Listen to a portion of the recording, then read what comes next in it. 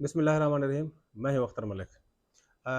वैसे तो आप सोशल मीडिया पे मुझे देखते रहते हैं, लेकिन आज मैं आपके सामने कुछ करप्शन स्कैंडल्स लेके आया हूं, जो मैं आपके साथ शेयर करूंगा और आपके तवज्जो से, सोशल मीडिया के तवज्जो से आला हुकाम तक अपनी आवाज़ भी पहुंचाऊंगा।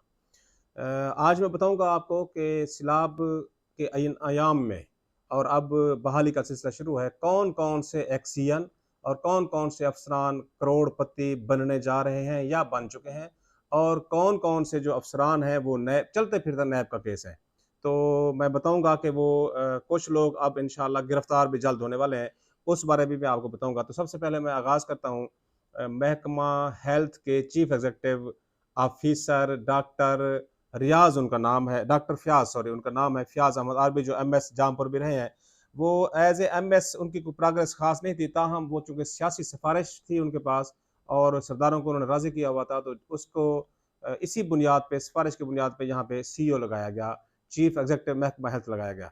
उनकी अगर 2 माह की कारकर्दगी का जायजा लें तो कमिश्नर ने मोरखा 10 तारीख को 10/9/22 को विजिट किया सैलाबजदा इलाकों का, तो वहाँ पर जो इनकी प्रोग्रेस थी वो बिल्कुल 0/0 थी, जिस पर कमिश्नर ने ना सिर्फ इजहार नाराजगी किया बल्कि प्रैक्टिकली उनके साथ नाराज भी हुए और लेटर नंबर 9059 के तहत इनको शो काज नोटिस भी भेजा। तो इसी तरह सेक्रेटरी की 3 रुकनी टीम ने सैलाब मुतासर इलाकों को विजिट किया और इसकी पुअर सीईओ हेल्थ की पुअर तरीन सिचुएशन पर इजहार नाराजगी किया, और उन्होंने मोरखा 7 तारीख को, 7 सितंबर को इससे एक्सप्लेनेशन कॉल की। अब इस सारे प्रोसेस के बाद फयाज अहमद आरबी की जो सीट है वो बहुत जल्द डी सीट होने वाली है, और ना सिर्फ डी सीट होंगे बल्कि इम्कान है कि इसको इनको मुअत्तल भी कर दिया जाए। अगले मरहले में जो इनके अलावा जो नाम लिए जा रहे हैं सीईओशिप के लिए, डॉक्टर रियाज मस्तोई हैं और जाम खलील बुर्रा का नाम भी लिया जा रहा है। ये थी हेल्थ की ताज़ा तरीन। इसके आगे अगर हम चलें तो यहाँ पे 2018-19 में एक हेल्थ के सीईओ रहे हैं डॉक्टर मोहब्बत अली। उनके खिलाफ मैंने एलपी परचेज उन्होंने की, 2 करोड़ 73 लाख की एप्लीकेशन दी। डिपार्टमेंटल एक्शन में 84 लाख रुपए की एम्बेजलमेंट प्रूव हुई। अब वो पीड़ा फेस कर रहे हैं। इस दौरान एंटी करप्शन ने उनके खिलाफ पर्चा रिकमेंड किया था, एफआईआर रिकमेंड की थी मेरी दरखास्त पे। तो चूंकि ये बासर आदमी था, एक फ्यूडल का इसने फोन करवाया डायरेक्ट उस वक्त के डायरेक्टर को, और एक बड़े ब्यूरोक्रेट का टेलीफोन करवाया। तो ये उस वक्त कामयाब हुआ मेरे उस पर्चे को मर्ज करवाने में, जो मैंने हेल्थ का पर्चा 1/21 दर्ज करवाया हुआ है, उसमें इसने मर्ज करवाया अल्हम्दुलिल्लाह। 3-4 माह की मेहनत के बाद अब वो मैंने पर्चा उसको डी मर्ज करवाया है, और परसों उसकी पेशी थी, अब 19 की पेशी है। इंशाल्लाह वो साबिक सीईओ भी जल्द करप्शन की भीड़ में मुकदमे की जद में होगा और इंशाल्लाह वो भी अंदर होगा। इससे अगर आगे हम चलें, जिस तरह मैंने अपने स्टार्ट में कहा है कि कौन कौन से लोग इस सिलाब में करोड़पति बने हैं या बनने जा रहे हैं, उनमें मैं अगर नाम लूँ महकमा हाईवे का, महकमा हाईवे वाले अब फ्लड कट्स की फिलिंग के लिए जो एस्टिमेट बना रहे हैं, वो तमाम तर एस्टिमेट में से 50% एस्टिमेट बोगस हैं। जिस तरह मैं अब आपको कहूँ कि लुंडी सैदान जो फ्लड कट, उन एस्टिमेट में ऐसे कई फ्लड कट्स हैं जिनको मकामी सतह पर लोगों ने फिल किया अपनी मदद आपके तहत, लेकिन उसके बिल्स वगैरह महकमा हाईवे, महकमा कंस्ट्रक्शन वाले ड्रा करवा रहे हैं। इसमें इसी तरह अगर हम बात करें एक्सियन अनहार की, तो एक्सियन अनहार ने माह जून में करोड़ों रुपए निकलवाने के बाद माह जुलाई और अगस्त में 4 करोड़ से ज़ायद की रकम कौमी ख़जाना से ड्रा करवाई।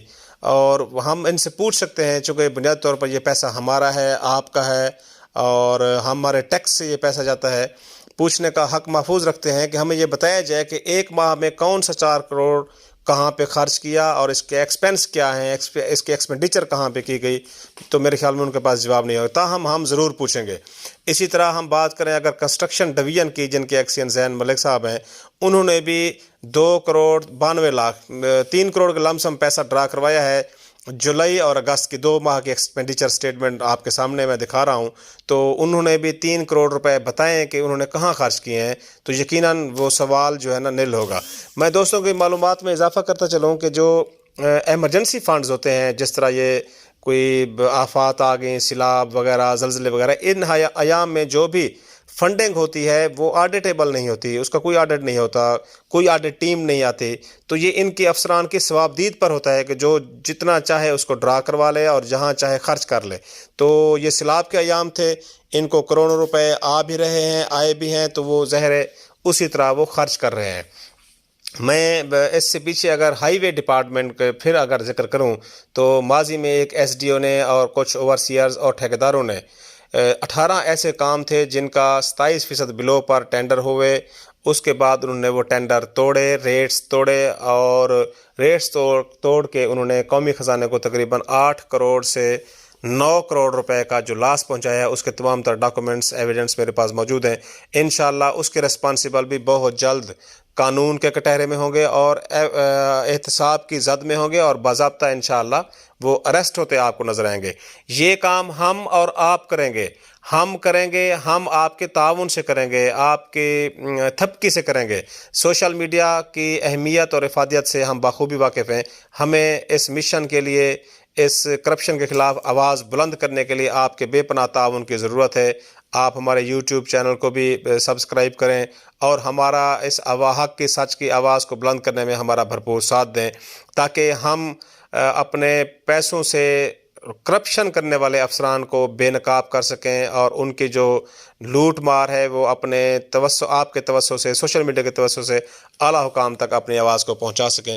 میں امید کرتا ہوں کہ آپ ہمارا ساتھ دیں گے. انشاءاللہ اسی طرح کرپٹ افسران کو بے نقاب میں کرتا رہوں گا اور آپ کے تعاون سے کرتا رہوں گا.